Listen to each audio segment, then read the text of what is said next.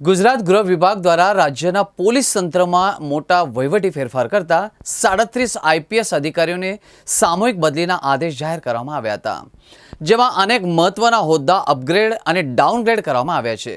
આ ફેરબદલમાં state monitoring cell એટલે કે એસએમસીના વડા નિર્લિપ્ત રાયને રાજકોટ રેન્જ આઈજી તરીકે નવી જવાબદારી સોંપી છે, જ્યારે સીબીઆઈનો બહોળો અનુભવ ધરાવતા રાઘવેન્દ્ર વત્સલને અમદાવાદ રેન્જ આઈજી તરીકે અને ગગનદીપ ગંભીરને એસએમસીનો વધારાનો ચાર્જ સોંપવામાં આવ્યો છે. આ સાથે જ લાંબા સમયથી વેટિંગમાં રહેતા સિનિયર આઈપી શમશેર સિંઘને સિવિલ ડિફેન્સ અને હોમગાર્ડના કમાન્ડન્ટ જનરલ તરીકે નિયુક્તિ આપી નિવૃત્તિ પૂર્વે મહત્વનું પોસ્ટિંગ આપવામાં આવ્યું છે.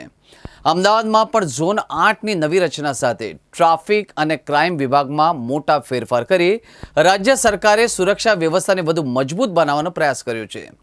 લાંબા સમયથી રાજ્યના જે સિનિયર આઈપીએસ અધિકારીઓ રાહ જોઈ રહ્યા હતા તે બદલીઓનો આદેશ ગુરુવારે મોડી રાત્રે કરવામાં આવ્યો હતો. અલગ અલગ જિલ્લાઓમાં ફરજ બજાવતા 37 સિનિયર આઈપીએસ અધિકારીઓને બદલી કરવામાં આવી. લાંબા સમયથી ખાલી અમદાવાદ રેન્જને નવા અધિકારી મળ્યા.